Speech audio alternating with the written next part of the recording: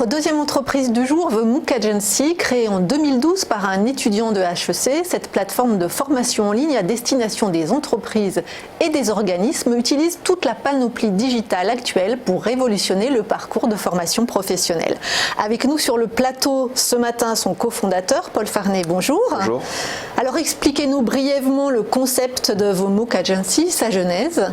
Oui, alors The MOOC Agency, c'est une agence qui conçoit des MOOC. Je pense que maintenant beaucoup de personnes savent ce qu'est un MOOC. Oui, mais on va quand même le rappeler. Alors ça veut dire Massive Open Online Course. C'est un cours en ligne ouvert à tous et en fait par extension aujourd'hui c'est un type de format pédagogique qui est beaucoup utilisé dans la formation en ligne pour former soit le grand public mais aussi beaucoup des collaborateurs en entreprise, des étudiants, des clients d'organismes de formation. Donc voilà, c'est un format assez répandu et nous on est une agence qui est spécialisée dans la création de digital learning sur mesure, dont des MOOC. Et donc voilà, on crée pour nos clients des parcours de formation en ligne en faisant de l'ingénierie pédagogique, de la réalisation de contenu et de la diffusion sur des plateformes. Alors, avant de poursuivre sur le marché, moi j'ai quand même une question. En tant qu'étudiant, comment vous est venue cette idée? Vous vous êtes dit déjà je vais monter ma boîte?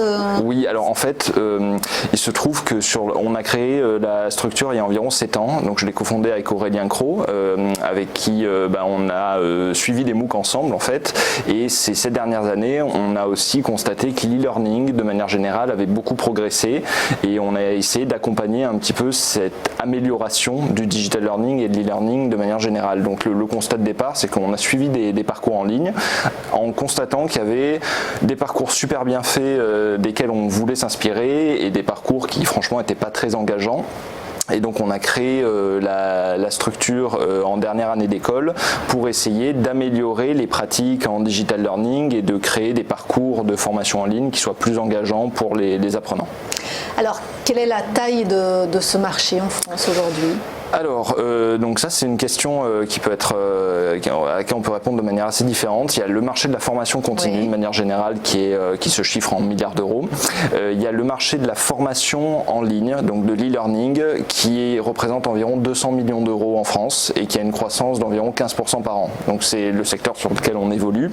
Mais nous on n'est pas un organisme de formation en digital learning, on est un digitaliseur, c'est-à-dire qu'on accompagne des structures qui veulent se digitaliser pour faire de l'e-learning amélioré et de l'e-learning qui marche. Vous ne vous occupez pas du fond? Non, on s'occupe c'est ça. On s'occupe de la forme en fait. Forme très adaptée. Exactement. Et après on fait de l'ingénierie pédagogique. Donc l'ingénierie pédagogique, ça consiste par exemple à vulgariser un sujet. Il y a beaucoup de sujets qu'on nous confie qui sont très complexes et sur lesquels on doit apporter un peu un regard de vulgarisateur pour en faire quelque chose de plus digeste. Donc le marché de l'e-learning c'est environ 200 millions d'euros. Le marché de la digitalisation, je dirais que c'est 60-70 millions, voilà, et avec une bonne croissance et surtout des acteurs qui se spécialisent sur certains types de digitalisation, dont nous sur la digitalisation de A à Z pour des organismes de formation.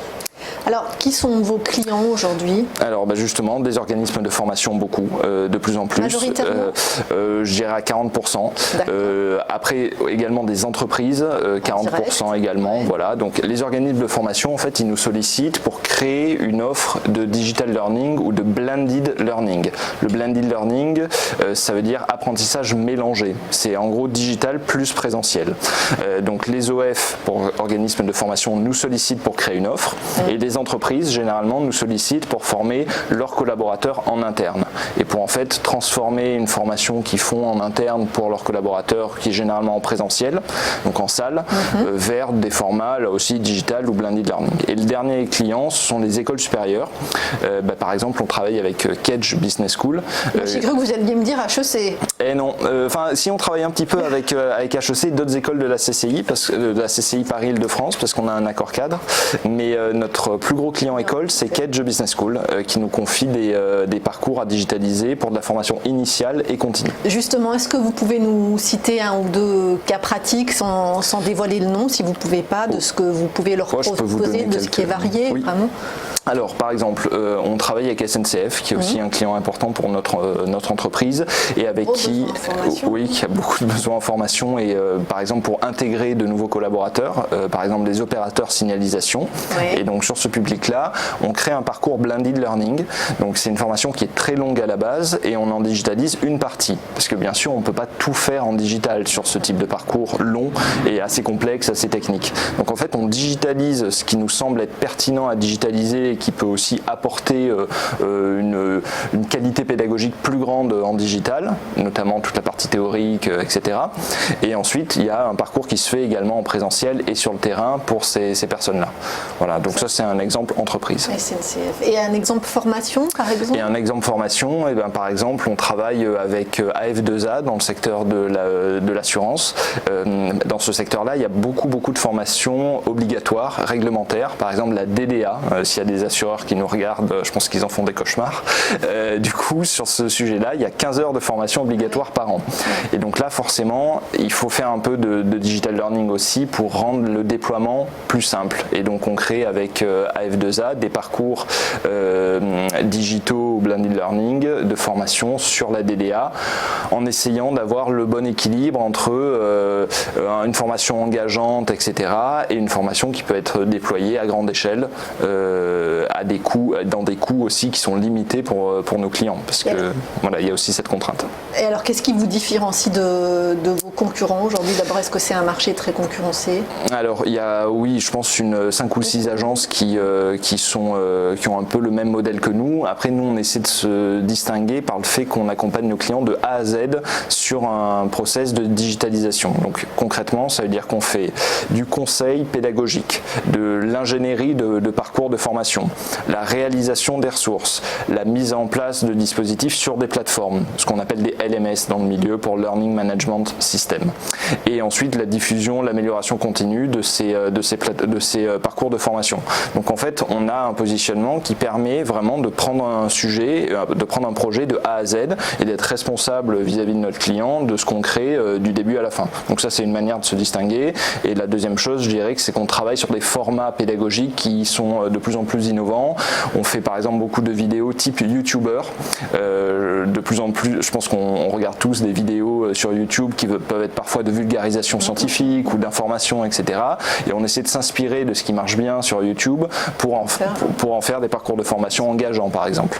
Et est-ce qu'on peut avoir une idée de votre chiffre d'affaires? Est-ce que l'entreprise est rentable? Oui, alors on est 30 personnes aujourd'hui, on fait 2,5 millions d'euros et on est rentable depuis le début. On a un modèle économique qui d'emblée visait quand même la rentabilité et l'autofinancement, on va dire, donc on est rentable depuis 5 ans. Magnifique. Alors comment financez-vous le développement? Est-ce que c'est autofinancé puisque vous êtes rentable, ou est-ce qu'il y a eu des levées de fonds? Il y a eu une petite levée de fonds, effectivement, de un peu moins d'1 million en 2017, qui nous a permis un peu de structurer l'activité, de recruter aussi des développeurs, des commerciaux, etc.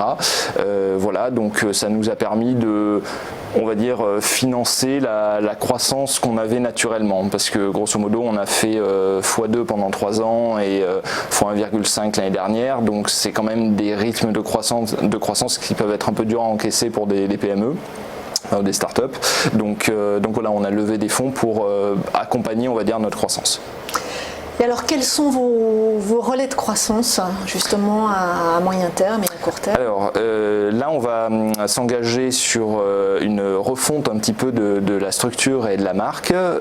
Dans quelques jours, on va désormais englober l'ensemble de nos services sous un nouveau nom qui sera WeUp Learning et qui va regrouper tous les formats qu'on propose depuis 2 ans, qui ne sont pas que des MOOC, qui sont aussi du micro-learning, du mobile learning, de la réalité virtuelle, des serious games.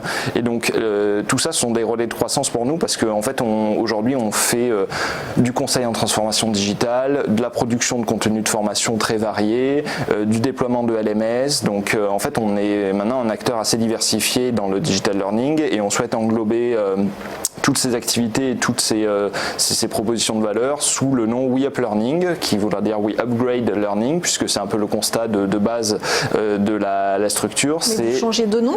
Oui, on va...